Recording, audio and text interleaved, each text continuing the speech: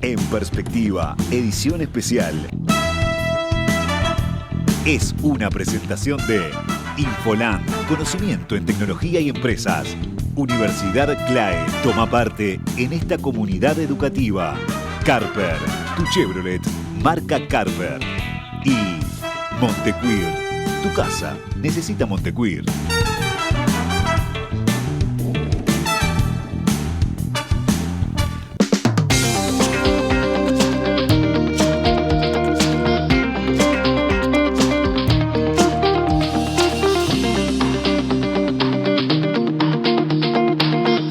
Abrimos, señoras y señores, la tertulia en este domingo, 24 de noviembre de 2024. La tertulia hoy es la mesa de análisis político. Una mesa de análisis político que irá goteando a lo largo de la mañana, porque vamos a ir intercalando otros enfoques, otros aportes, junto con lo que desde el punto de vista de la ciencia política aporten nuestros invitados. Los vamos saludando, los vamos presentando. Empezamos por quien está acá en el estudio, recién llegada además, creo que todavía con la respiración un poco agitada. Tamara Zamudio, ¿cómo te va? ¿Qué tal? ¿Cómo están? Buen día. Federico, ¿cómo te va?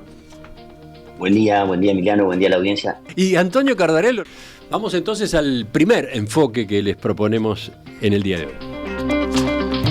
La de este domingo es la quinta elección nacional que en Uruguay se define en un balotaje. Desde la reforma constitucional de 1996 que introdujo este mecanismo, todos los cambios de gobierno se resolvieron en segunda vuelta, salvo los comicios de 2004, cuando Tabaré Vázquez se impuso en la primera instancia al obtener más del 50% de los votos válidos. Entonces, en este segmento, en el segmento inicial de la mesa de análisis político, vamos a discutir sobre el instrumento mismo del balotaje. De dónde viene, qué ventajas y desventajas tiene. ¿Quién empieza? ¿Quién va a la historia? Antonio, quizás el más veterano de todos acá. Dale. El sistema de segunda vuelta se estuvo discutiendo en Uruguay durante mucho tiempo, ¿no? En principio, luego de la elección del 71, ya apenas recuperada la democracia en 1986, se discutió bastante sobre la posibilidad de un sistema de este tipo que hubiera pasado en un eventual balotaje entre Wilson Ferreira y Bordaberry en el 71 y cómo eso podría haber quizá cambiado la historia. Lo cierto es que la reforma del sistema electoral fue una constante y el resultado de la elección del 94, que es el resultado de los 3/3, sin duda que aceleró el proceso en ese sentido. Ahí se discutió mucho cuáles eran las ventajas y las desventajas de un sistema de este tipo. La teoría de los sistemas electorales y mezclada con las bondades de los regímenes de gobierno nos dicen que en los sistemas presidencialistas, a diferencia del parlamentarismo, los presidentes tienen igual legitimidad electoral que los parlamentos, porque son electos directamente. Entonces, los críticos del presidencialismo dicen, bueno, ¿y qué pasa en un eventual enfrentamiento entre poderes, entre poderes que tienen ambos legitimidad de origen? Bueno, justamente la exigencia de una segunda vuelta lo que busca es darle una mayor legitimidad al presidente, alguien que ganó con un margen superior al 50% de los votos, y esto debería ser posicionarlo en una mejor forma frente a un parlamento que le pudiera ser hostil. O sea que es un instrumento que está básicamente diseñado para fortalecer el mandato del presidente electo. De hecho, el país que Uruguay tomó como modelo y que la mayoría de los países tomaron como modelo fue el golista de la Quinta República Francesa, impulsado por De Gaulle en 1958. ¿Qué otras ventajas tiene este sistema o que se mencionaba durante el momento de reforma? Bueno, el hecho de que eliminar el riesgo de que el presidente tenga en minoría y que su gobierno se vea bloqueado. Esto había pasado a partir del surgimiento del Frente Amplio, cuando se rompe el bipartidismo clásico. cuando es difícil que el partido que gane tenga mayoría absoluta, entonces, bueno, el sistema de doble vuelta posibilitaría la conformación de una alianza camino a esa segunda vuelta que se transformara luego en una coalición de gobierno. Esto es darle mayoría, asegurar la mayoría parlamentaria para el próximo presidente en ejercicio. ¿Qué otras razones se esgrimieron? Bueno, que muchas personas puedan votar en la segunda vuelta por su segunda preferencia, o por el candidato, por el contrario, que consideren el mal menor, o contra el candidato que consideren un riesgo o un peligro, el más alejado de sus posiciones políticas, o que pueden considerar incluso un riesgo para el sistema democrático. En general, esos son los argumentos teóricos. En Uruguay, aparte de eso, obviamente estaba el argumento más de tipo político, que tenía que ver con el interés que podían tener los partidos tradicionales en impedir un triunfo eventual de Frente Amplio en una próxima elección en 1999. A partir de esta introducción que hacía Antonio, les pido ahora a los otros integrantes de la mesa sus complementos. Digamos, él se iba a las referencias internacionales, a los objetivos del balotaje. Tamara, tú, del caso uruguayo, quizás, ¿qué podés ir agregando? Sí, no, en el mismo sentido, ¿no? Creo que en ese marco de las elecciones de 1994, las previas a la reforma constitucional, donde se ven esos 3/3, ¿no? Una cercanía entre el Partido Nacional, el Partido Colorado y el Frente Amplio. Bueno, la intencionalidad de la reforma constitucional pretendía, digamos, saldar, digamos, esa posible inestabilidad que podía generar esos 3/3 en esto de poder como construir un gobierno o poder construir, digamos, un triunfo electoral que tuviera, bueno, un acuerdo o una mayoría, digamos, de la ciudadanía que estuviera, bueno, a favor, que votara o que apoyara esa propuesta. Y además también con la posibilidad de, bueno, de establecer coaliciones electorales, ¿no? Establecer esas alianzas entre aquellos partidos que quedaran por fuera de esa segunda vuelta y, bueno, pudieran elegir en definitiva una de las opciones presidenciales. Lo que en principio se ha establecido mucho como coaliciones electorales, y bueno, hay varios estudios académicos sobre la dificultad que después han tenido las coaliciones electorales en afianzarse como coaliciones de gobierno, es decir, como establecerse de forma de un cierto cogobierno, de una gobierno compartido con otros partidos. En este caso parecería, digamos, o en esta elección podemos empezar a pensar en que pueda llegar a afianzarse, digamos, esta idea de una coalición electoral como se ha formado en las instancias anteriores y como tuvo su reafirmación, digamos, en 2019 con la conformación de la coalición republicana. Bueno, en esta instancia electoral vamos a poder ver, bueno, si esa coalición en definitiva se vuelve a reafirmar, y en ese sentido, si una coalición que en definitiva surge o por lo menos se alinea en términos electorales, termina gestionándose o pensándose como una coalición de gobierno, ¿no? Sí, a partir de lo que decías, yo recordaba la primera ocasión en la que se aplicó el balotaje en nuestro país, la elección del año 1999. Allí el triunfador fue Jorge Valle por sobre Tabaré Vázquez, 52,5% a 44,5%. Fue claro, fue un ícono en todo este proceso porque fue la primera vez que se le planteó a los blancos el escenario ese de tener que resolver que iban a votar a un Colorado, ¿no? Que salían a apoyar a Jorge Valle, y nada menos que un Valle, ¿no? Y le correspondía a un Lacalle Herrera, al doctor Luis Alberto Lacalle Herrera, un Herrera, salir a llamar a sus correligionarios a que votaran a un Jorge Valle, nada menos. Bueno, esa fue, digamos, la forma como se generó esa, entre comillas, coalición,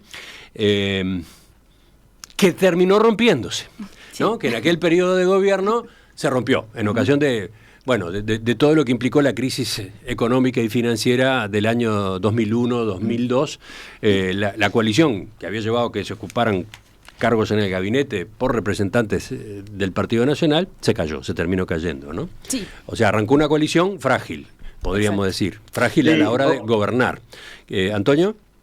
No, que justamente en la primera elección, con las nuevas reglas se vieron los efectos. Primero, se cumplió efectivamente esa prevención de el Frente Amplio en 1999, por primera vez es el partido más votado, tuvo el 40% de los votos, o sea que si hubiera sido con las viejas reglas hubiera ganado esa elección. Tuvo que ir a un balotaje que, como recordabas, se termina imponiendo Jorge Valle en esa primer experimento de una coalición armada rumbo a segunda vuelta con Luis Alberto Lacalle Herrera. Pero a diferencia de lo que había pasado con el antecedente reciente de la coalición entre Sanguinetti y Volonté, que abarcó todo el periodo de gobierno con las viejas reglas, esta nueva coalición solo duró hasta la crisis de 2002. O sea que demostró que impulsar una coalición a través del balotaje no te aseguraba que esa coalición iba a durar la totalidad del mandato. Y un segundo efecto que tiene el sistema de segunda vuelta es que arroja un presidente con menos poder, el legislativo sobre todo. ¿En qué sentido? Con las viejas reglas que tenía el Uruguay, con la mayoría simple y el voto vinculado, se aseguraba que el presidente, la bancada del partido del presidente fuera la más grande del Parlamento y que la fracción del presidente fuera la más grande dentro de su partido. La elección de Jorge Valle ya dejó de manifiesto que la bancada del Partido Colorado no era la primera, sino la segunda, detrás de la de Frente Amplio, pero al interior del Partido Colorado, la 15 tenía menos legisladores que el Foro Vallista. Igual cantidad de senadores, pero menos diputados. O sea que en esos términos, Jorge Valle fue un presidente en términos legislativos mucho más débil que sus antecesores. Federico, completamos contigo este primer aterrizaje en el instrumento del balotaje acá en Uruguay. Y bueno, retomando un poco lo que decía Antonio de los antecedentes, yo recuerdo hace muchos años los viejos libros donde se recopiló información de seminarios que se organizaban para discutir la reforma, donde participaban en ese momento académicos, políticos. Hay varios textos donde está Juan Real, hubo algunos seminarios donde participó Daniel Astori, participó Ramón Díaz también. Había una discusión muy fuerte, año 86, 87, ¿sí? Saliendo de la dictadura, ya se empezaba a discutir en Uruguay. Y terminamos recién tomando el sistema de doble vuelta para finales del siglo, para la elección del 99.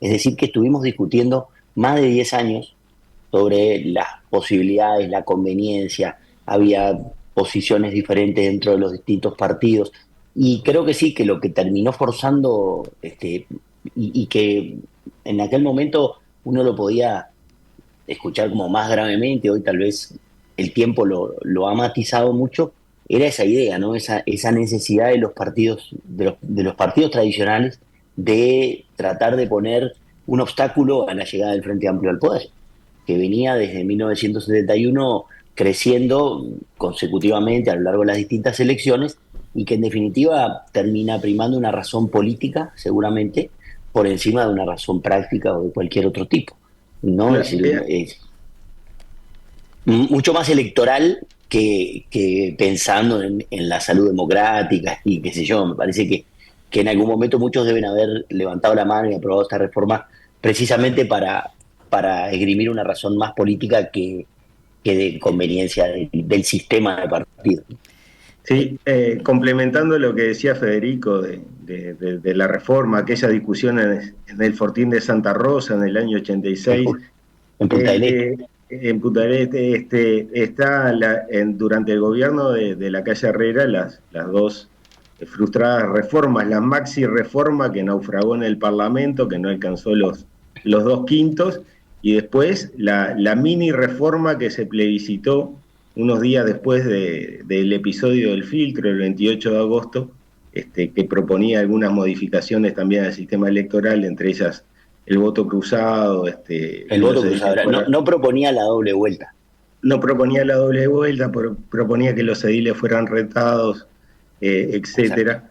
Pero que reducir el tamaño de las juntas departamentales, pero esa reforma termina naufragando en las urnas. O sea que el sistema político estaba empeñado en reformar las reglas electorales desde la salida de la democracia a la democracia, como dice Federico, y recién se logra en el año 96. Un apunte más con Romina. Yo quería preguntarles, a ver, desde el punto de vista de la ciencia política, ¿no? Como instrumento, el balotaje, ¿tiende a exacerbar la polarización por el hecho de que sean dos los competidores? ¿O tiende al revés a moderarlo? ¿Se puede pasar algo en limpio respecto a eso? Porque ahí tienden como para ir al centro, ¿no? Les pido respuestas tipo telegrama, una respuesta cortita de cada uno. ¿Antonio? Tiende a personalizar mucho la elección, ¿no? Tiende a poner la figura del candidato por encima de la del partido. En el caso uruguayo incluso, hoy estamos eligiendo entre dos fórmulas presidenciales que van aparentemente sin partido. Todos sabemos a qué partido pertenece, pero no votamos directamente a un partido. En ese sentido, la personalización podría llevar a cierto lugar de polarización política. A ver qué dice Tamara. Sí, en el mismo sentido. Yo creo que en realidad alinea, digamos, a los candidatos y les genera como mayores fortalezas. Después hay que ver qué tipo de candidatos son los que llegan al balotaje, ¿no? Y en ese sentido, bueno, depende de cuál sea la coyuntura política en ese país, en función de, bueno, si va a existir mayor polarización, si van a ser dos candidatos que pertenezcan más hacia los extremos o si van a moderarse, como creo que, por ejemplo, es el caso en esta elección, ¿no? ¿Y qué dice Federico? Coincido en la personalización, pero es un sistema en realidad que a los votantes les permite, ¿no? Como una segunda opción para aquellos que no tuvieron éxito en su primera decisión. Bueno, hay una segunda opción, hay una posibilidad de reforzar una intención de voto, una tendencia, y da, por supuesto, un pie a que los partidos, en realidad, como decía Antonio, no figuren en la papeleta. No se votan lemas, como tradicionalmente se votan en Uruguay, sino se votan fórmulas, y eso hace que se ponga un poco más el énfasis en los candidatos. En la primera vuelta hay posibilidades de apelar también al lema en sí, pero que ya viene filtrado por las internas. Porque acá nosotros, además de eso, para la primera vuelta ya hacemos una preselección de estos candidatos, ya que las fórmulas o las opciones ya vienen restringidas desde las internas Hay más preguntas. para los electores. Yo tengo más preguntas a propósito del balotaje. Por ejemplo, en la comparación de las exigencias que introdujo la Constitución para ganar en primera vuelta e ir al balotaje, cómo son en comparación con otros países, pero de eso charlamos enseguida. Escuchate esta, Antonio, que viene de la audiencia a raíz de tu participación desde Paraguay. Lo de Cardarello es como una especie de colmo del politólogo. ¿No votar en una elección? ¿Es algo así? Sí, y eso me hace reivindicar más, me sumo al reclamo de Fede de la posibilidad de votar en el exterior, ¿no? Bueno, dejemos eso para otro momento, ya continuamos.